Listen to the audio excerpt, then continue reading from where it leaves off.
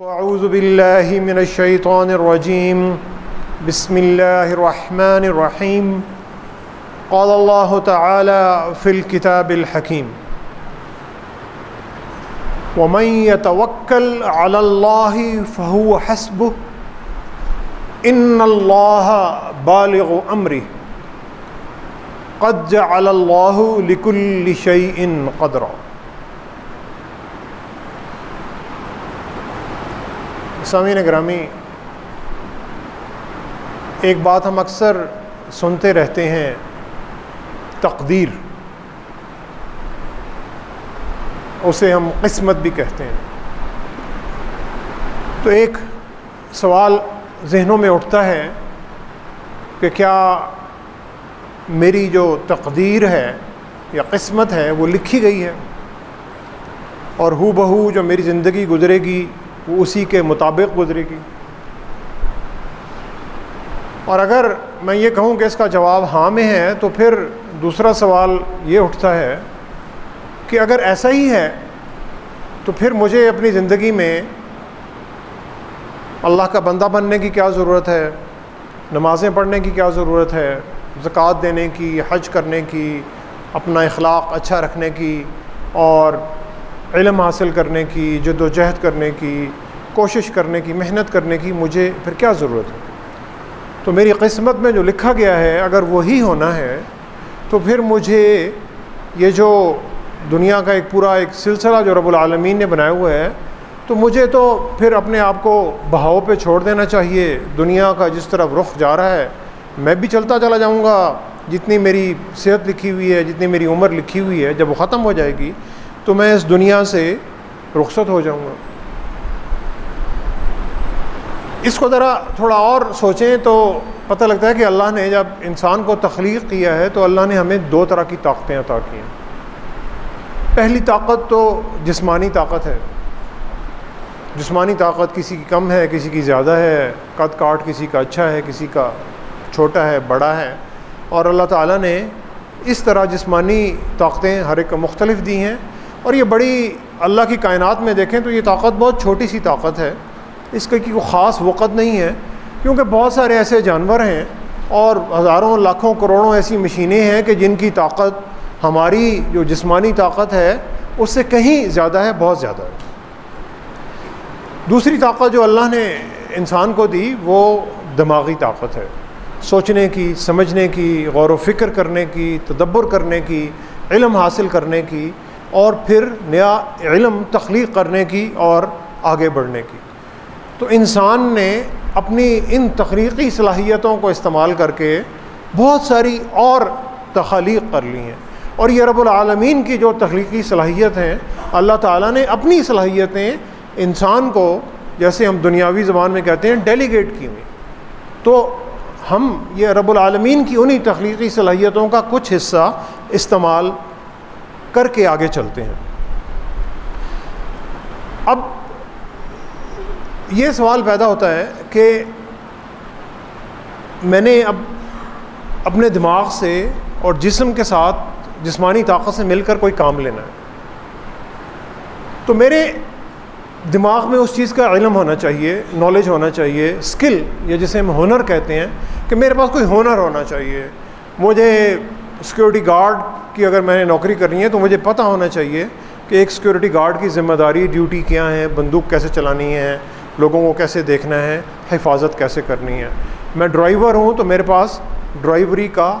ہنر ہونا چاہیے۔ اسی طرح میں ڈاکٹر ہوں تو مجھے ڈاکٹری کا علم اور نالج، اور انجینئر اور جتنے بھی پروفیشنز ہیں ان سب کا میرے پاس علم ہونا چاہیے۔ اب سوال یہ پیدا ہوتا ہے، ایک اور سوال اس سے نکلتا ہے، وہ سوال بڑا دلچسپ ہے۔ وہ سوال یہ ہے کہ ایک بندہ ہے، اس کے ہاتھ پاؤں بھی ٹھیک ہیں، سارے اس کے اعضاء بھی سارے ٹھیک ہیں، سارے صحیح کام کرتے ہیں، اس کا دماغ بھی ٹھیک ہے، اس کے پاس ہنر بھی ہے۔ جیسے کوئی ایک درزی ہے، ٹیلر ہے، کپڑے سیتا ہے، اور وہ درزی ایک بڑا عام سا درزی ہے، اور اسی کے مقابلے میں ایک اور درزی ہے، وہ بھی اس کی جسمانی صلاحیتیں اور دماغی صلاحیتیں شاید ملتی جلتی ہیں، لیکن یہ جو دوسرا درزی ہے یہ بڑا ہنر یافتہ ہے۔ لوگ کہتے ہیں کہ یار یہ جو درزی ہے اس کے پاس تم جاؤ گے تو یہ کپڑا بہت صحیح آپ کو سی کے دے گا، یہ درزی جو ہے یہ رزق زیادہ کما رہا ہے اور یہ جو عام درزی ہے اس کی آمدنی کم ہے۔ اسی طرح کوئی وکیل ہے 50 لاکھ روپے فیس لیتا ہے، بڑا قابل لوگ کہتے ہیں وکیل ہے، اور ایک وکیل ہے جس کے پاس 50,000 روپے فیس دینے والے بھی جو کلائنٹس ہیں وہ نہیں آتے، اس نے بھی LLB کیا ہوا ہے، اس نے بھی بار ایٹ لا کیا ہوا ہے، کوئی اور 4 ڈگریاں کی ہوئی ہیں، دونوں کی کوالیفیکیشن برابر ہے، لیکن دونوں کے ایک تو ان کے اسکل نالج میں فرق ہوگا، اور دوسرا فرق یہ ہے کہ جو درزی زیادہ کما رہا ہے یا زیادہ جس کو لوگ جس کی سیے ہوئے کپڑے کو زیادہ ویلیو کرتے ہیں، وہ اس کے دماغ میں ایک موٹیویشن ہے اور ایک ڈرائیو ہے، وہ اپنے آپ کو امپروو کرتا ہے، اس میں ایک جذبہ ہے، اس جذبے سے وہ اپنے ہنر کو بہتر بناتا ہے اور اس کو بہتر تر بناتا چلا جاتا ہے۔ یہی مثال اسی وکیل پر آتی ہے کہ وہ ایک عام وکیل اور ایک جو بڑے ہائی لیول کا وکیل جو ہے اس کے دماغ میں ایک مینٹل انرجی ہے جو اسے پش کرتی ہے کہ تم نے بہتر ہونا ہے اور بہتر کام کرنا ہے، اور اس کام کی طرف جب بڑھتا چلا جاتا ہے تو ہم کہتے ہیں یہ بھی وکیل ہے بار ایٹ لا، یہ بھی وکیل بار ایٹ لا، اس کا درجہ یہاں پہ ہے، اس کا درجہ یہاں پہ ہے۔ اور اسی طرح کسی بھی آپ شعبے میں چلے جائیں، پروفیشن میں چلے جائیں، ڈاکٹر ہوں، سیم ڈگری ہے، FRCS کیا ہوا ہے، FCPS کیا ہوا ہے، باہر کے پڑھے ہوئے ہیں، لیکن ایک ڈاکٹر کی قابلیت یہاں پہ ہے، ایک ڈاکٹر کی قابلیت یہاں پہ ہے، ایک ڈاکٹر 2,000 روپے فیس لیتا ہے، ایک ڈاکٹر جو ہے 5,000 روپیہ 10 منٹ کی کنسلٹیشن کی فیس لیتا ہے، اور لوگ اسے خوشی سے پے کرتے ہیں۔ کیوں؟ علم شاید برابر ہے، لیکن یہ جو ڈاکٹر ہائر لیول پہ ہے یہ اپنی مینٹل اور دماغی صلاحیتوں کو اور اپنے آپ کو ایک بہتری کے راستے کی طرف لیتا لیتا ایک اونچے درجے پہ چلا گیا۔ یہ مینٹل انرجی کہاں سے آتی ہے؟ یہ جو دماغی انرجی اور اصل جو سورس ہے انسان کی زندگی کا، وہ اسی دماغی جو توانائی ہے اسی پر منحصر ہے۔ یہ دماغی انرجی جو ہمیں رب العالمین نے اور مسلمان ہونے کے ناطے سے اور پیارے نبی صلی اللہ علیہ وسلم کی تعلیمات سے جو سبق ملتا ہے وہ یہ ہے کہ یہ انرجی اور یہ طاقت جو ہے یہ اللہ پر توکل کرنا چاہتے ہیں،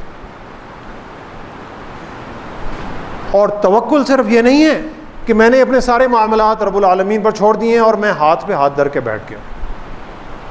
یہ سستی ہے، کاہلی ہے۔ نبی رحمت صلی اللہ علیہ وسلم نے اس سے بڑی سختی سے اسے منع کیا۔ توکل یہ ہے کہ میں نے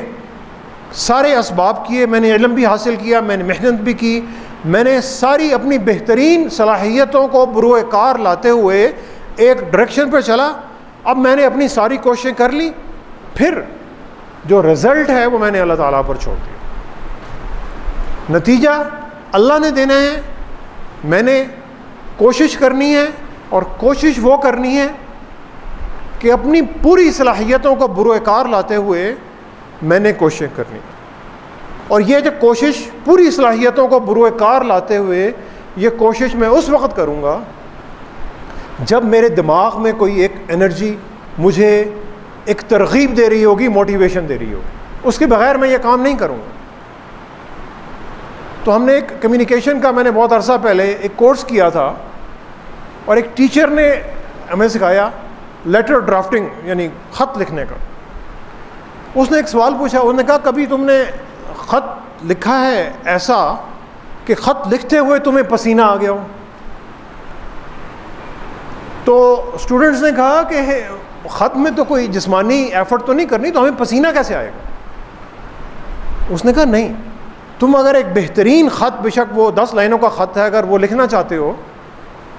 تو تم اس میں جب تک اپنی پوری دماغی جو صلاحیتیں ہیں اسے کنسنٹریٹ کر کے فوکس نہیں کرو گے، اتنا فوکس کرو گے کہ تمہیں پسینہ آ جائے گا،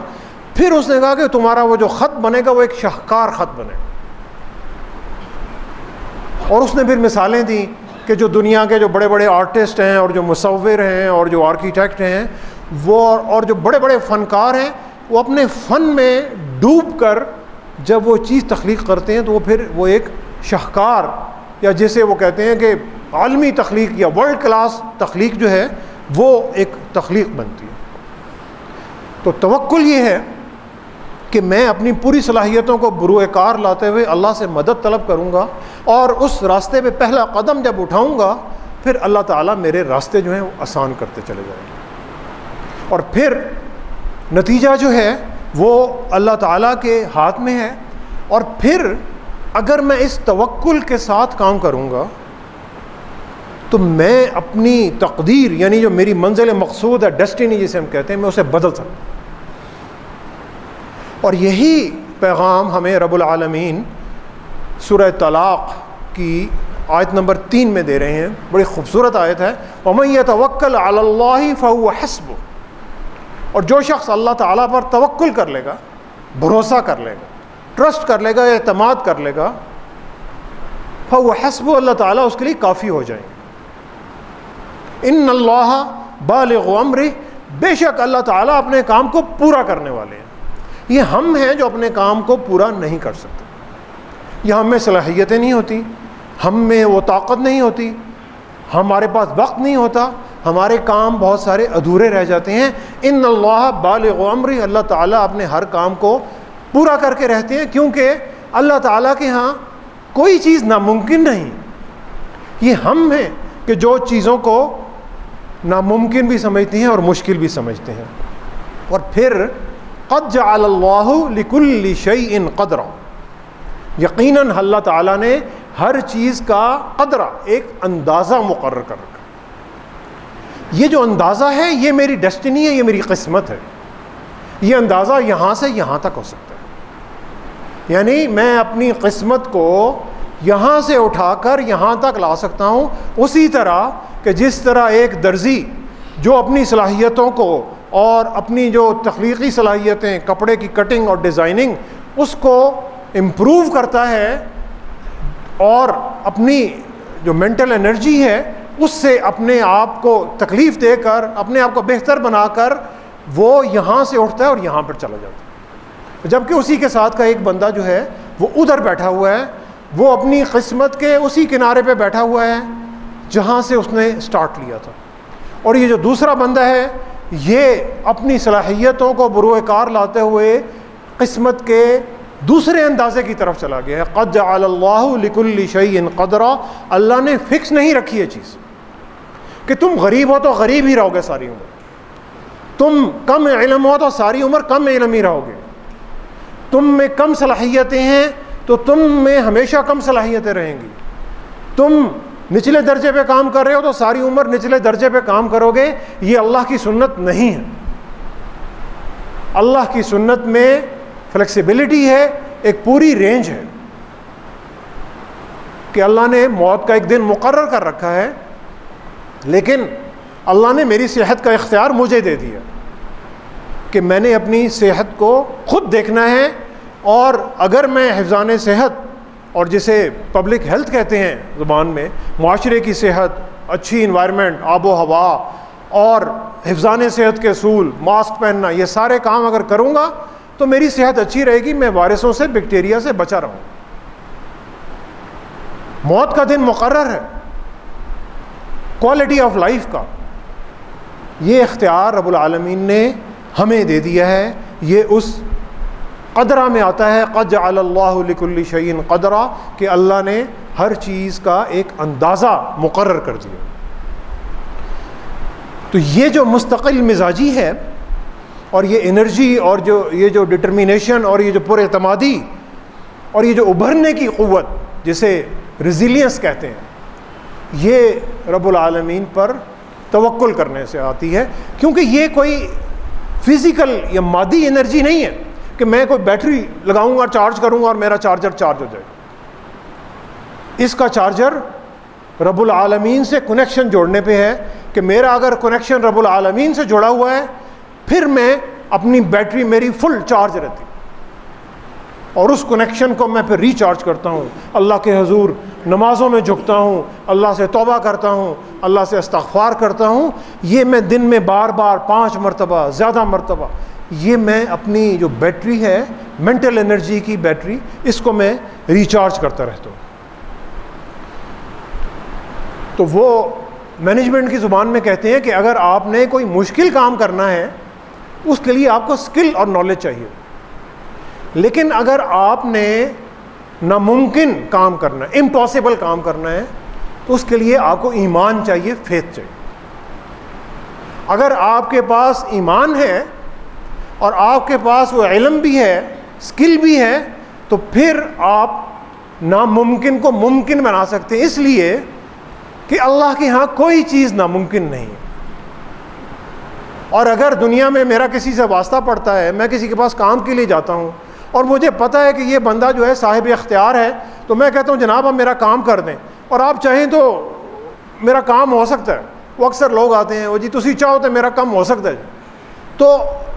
یعنی آپ چاہیں تو میرا کام ہو سکتا ہے، یعنی آپ کے اختیار میں ہے میرا کام کرنا. اور اسی طرح کسی اور بڑے قابل شخص کے پاس جاتے ہیں، ڈاکٹر کے پاس،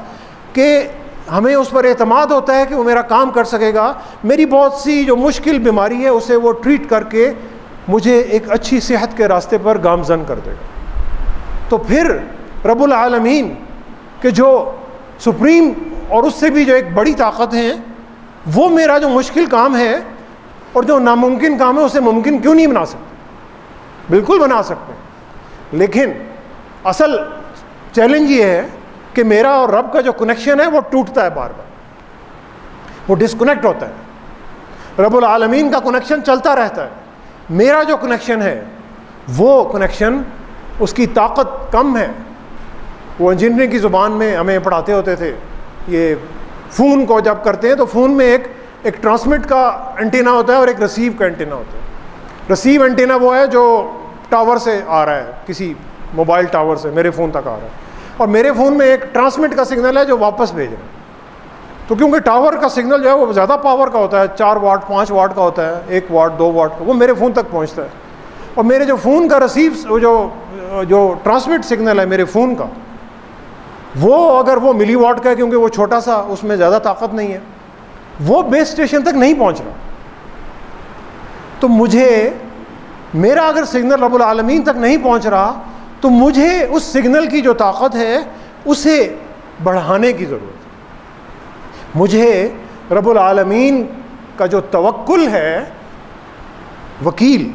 یعنی یہ وکیل سے، جسے اردو میں وکیل کہتے ہیں، عربی میں بھی یہی کہتے ہیں، کہ یعنی میں نے اپنے معاملات اس پر چھوڑ دیے ہیں، اس پہ فل بھروسہ کر کے، ٹرسٹ کر کے سارے معاملات ان کے سپرد کر دیے ہیں. میرا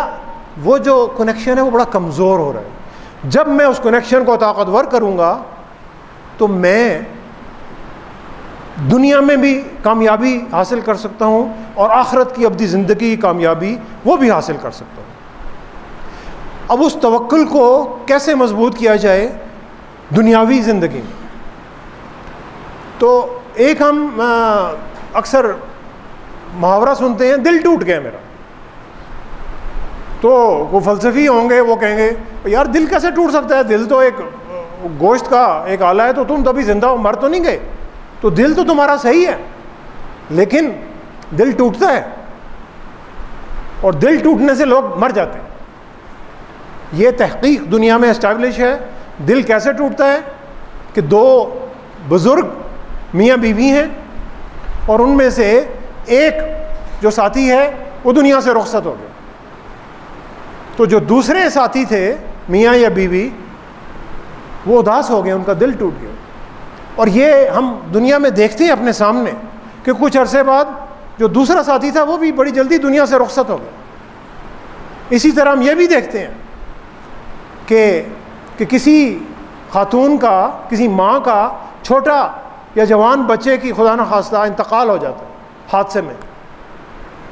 تو ماں کی، ہم پڑھتے ہیں اخباروں میں، میڈیا پہ دیکھتے ہیں کہ حرکت قلب بند ہونے سے ماں بھی اس دنیا سے رخصت ہو گئی اور گھر سے 2 جنازے اکٹھے اٹھے. اور یہ ریسرچ کے ساتھ، تحقیق کے ساتھ یہ بات اسٹیبلشڈ ہے. تو ماں کا دل ٹوٹ گیا، ماں کا جو بھروسہ تھا،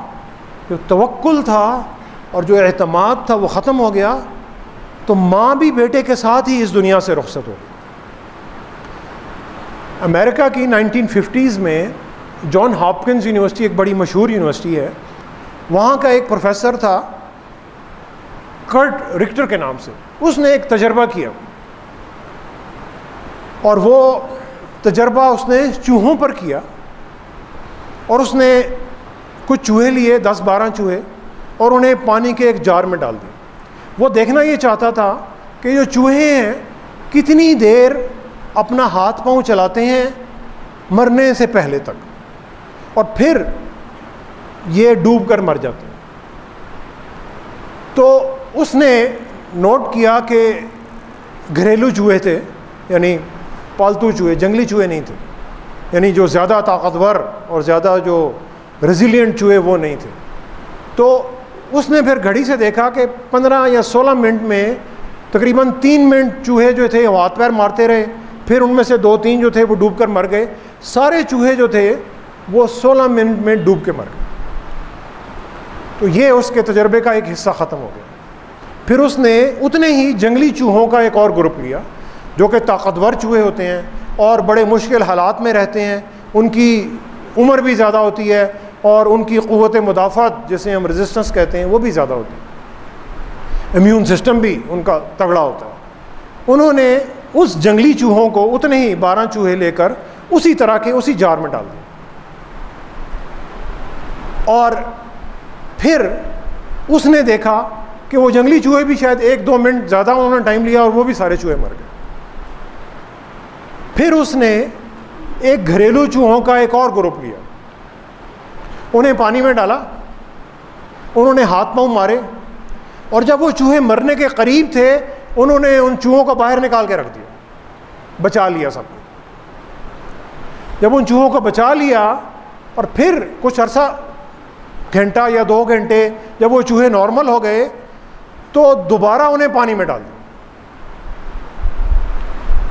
آپ حیران ہوں گے کہ وہ جو پہلی دفعہ چوہے، وہی گھریلو چوہے جنہیں پانی سے نکال کر بچایا نہیں گیا تھا، وہ 16 منٹ میں مر گئے تھے، یہی چوہے انہی کے ساتھ کے یہ 60 گھنٹے بعد ان کی ڈیتھ ہوئی۔ کہاں 15 منٹ، کہاں 60 گھنٹے، سیم چوہے، کوئی فرق نہیں ہے۔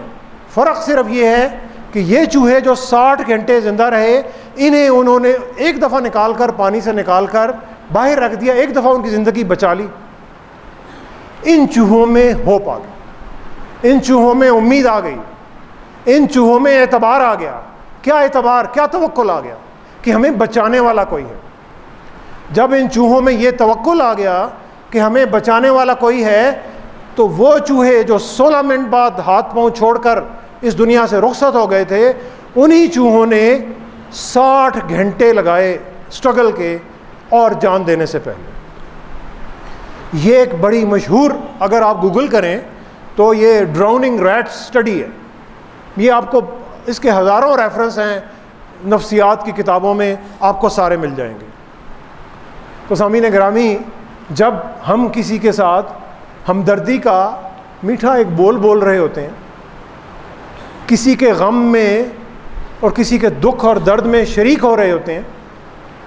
کسی اجنبی آدمی کی کوئی مدد کر رہے ہوتے ہیں، کسی ناواقف کی یا واقف کی اس کی کوئی مدد کر رہے ہوتے ہیں، اسے مسکرا کر اس سے مل رہے ہوتے ہیں صرف، تو ہم اسے کیا کر رہے ہیں؟ ہم اسے ڈوبنے سے بچا رہے ہیں، ہم اسے ڈوبنے سے بچا رہے ہیں۔ اور اگر ہم کسی کے ساتھ غلط رویہ اپناتے ہیں، درستگی سے بات کرتے ہیں، سختی سے بات کرتے ہیں، اسے جھٹک دیتے ہیں اور کسی کے کام بھی نہیں آتے، تو ہم اسے ڈبو رہے ہیں۔ اس لیے کہ اللہ نے اگر مجھے کسی کا وسیلہ بنایا ہوا ہے تو میں دوسرے شخص کا جو توکل تھا اسے ٹھیس پہنچا رہا ہوں، اس کے توکل کو کم کر رہا ہوں، میں اسے ڈبو رہا ہوں۔ اور اگر میں کسی کی مدد کر رہا ہوں تو میں اس کی زندگی بچا رہا ہوں، اور میں اس کی زندگی کو ایک لمبی زندگی اسے دینے میں اللہ کی ان صلاحیتوں کی، اس علم، وہ صلاحیتیں اور وقت اور وہ مال اور وہ جان جو اللہ نے مجھے عطا کی ہے، میں اسے اگر اللہ کے راستے میں خرچ کر کے کسی کو لفٹ کر رہا ہوں تو میں اس کی جان بچا رہا ہوں، اس کی جان کو بڑھا رہا ہوں۔ سامعین گرامی، یہ توکل جو ہے یہ انسان کو ایک طاقت دیتا ہے۔ حضرت عبداللہ بن عباس فرماتے ہیں کہ اہل یمن جو تھے وہ بغیر ساز و سامان لیے یمن سے آتے تھے مکہ پہ، اور حج بیت اللہ پہ آتے تھے اور کہتے تھے کہ ہم تو اللہ پر توکل کر کے آ گئے ہیں، اور پھر مکہ المکرمہ میں پہنچ کر ہاتھ پھیلاتے تھے اور لوگوں سے سوال کرتے تھے۔ تو رب العالمین نے سورہ بقرہ میں حکم نازل فرمایا کہ تم جب حج پہ جاؤ وتزودوا اور زیادہ راہ لے کر چلو، راستے کا سامان یا پیسے ساتھ لے کر چلو۔ فإن خیر الزاد التقوی، اور سب سے جو بہترین زاد راہ ہے وہ تو نیکی کا اور نیک کمائی سے اور حلال کمائی سے کمایا ہوا زاد راہ ہے جو تقوی کی راستے سے آیا ہوا ہے۔ یہ رب العالمین نے تقوی اور توکل کا راستہ بتایا کہ زاد راہ تمہارے پاس ہے، حلال سے کمایا ہوا، نیکی سے کمایا ہوا، اور پھر تم اللہ کے راستے کی طرف لے کر چلو۔ تو سامعین گرامی، یہ توکل کا سبق ہے کہ جو ہمیں اللہ تعالیٰ نے دیا، اور پھر نبی رحمت صلی اللہ علیہ وسلم نے اسے اپنی کئی احادیث میں قلم بند کر کے ہمارے لیے چھوڑ کر چلے گئے۔ اور توکل یہ ہے کہ اپنی بہترین صلاحیتوں کو بروئے کار لاتے ہوئے بہترین کام کرو، اور نتیجہ جو ہے وہ اللہ پر چھوڑ دو۔ اور جب میں اپنی ان صلاحیتوں کو یوز کر رہا ہوں تو میں اسی توکل کی جو طاقت ہے، انرجی، اسے استعمال کر رہا ہوں اور اس سے اپنی صلاحیتوں کو بڑھاتا چلا جا رہا ہوں۔ مولانا محمد علی جوہر نے اسی ایک تصور کو قرآن مجید کی 2 بڑی خوبصورت آیات کے حوالے سے قلم بند کیا تھا۔ ایک آیت سورہ علم نشرح کی ہے، فَإِنَّ مَعَ الْعُسْرِ يُسْرًا، کہ بے شک تنگی کے بعد آسانی ہے۔ تمہیں آسانی لینے کے لیے کسی تکلیف سے ضرور گزرنا پڑتا ہے، کوئی محنت، کوئی کوشش، کوئی سعی اور کوئی جد و جہد ضرور کرنی پڑتی ہے، پھر تم آسانی کے بعد جاتے ہو۔ آسانی کے بعد تنگی نہیں ہے، تنگی کے بعد آسانی ہے۔ اور دوسرا، لَيْسَ لِلْإِنسَانِ إِلَّا مَا سَعَىٰ، کہ انسان کو وہی کچھ ملتا ہے جس کے لیے وہ کوشش کرتا ہے، محنت کرتا ہے، سعی کرتا ہے، کوشش کرتا ہے، اپنی بہترین صلاحیتوں کو بروئے کار لاتے ہوئے۔ تو مولانا محمد علی جوہر نے کہا تھا کہ کیا نہیں واقف ابھی اسلام کی تاریخ سے، کیا نہیں واقف ابھی اسلام کی تاریخ سے؟ ان مع العسر یسرا ہی سب کی تفسیر ہے۔ لیس للانسان الا ما سعی کو یاد رکھ، لیس للانسان الا ما سعی کو یاد رکھ، کر توکل، پھر تیری تدبیر ہی تقدیر ہے۔ کر توکل، پھر تیری تدبیر ہی تقدیر ہے۔ یعنی اگر تم پھر اپنی پوری کوششوں کو بروئے کار لاتے ہوئے اللہ پر توکل کرو گے تو اللہ تعالیٰ جو تمہاری تدبیر ہے، جو تمہارے اسباب ہیں، اسی کو تمہاری تقدیر بنا دے۔ سامعین گرامی، دعا کریں کہ اللہ تعالیٰ ہمیں توکل کا صحیح مفہوم سمجھنے اور اپنی ذاتی زندگیوں میں اس توکل کو اور مضبوط بنانے اور اللہ تعالیٰ کے ساتھ اپنا کنیکشن اور مضبوط کرنے اور اسے توکل کے سب سے اعلیٰ درجے پر لے جانے کی توفیق عطا فرمائے۔ وما علینا الا البلاغ المبین۔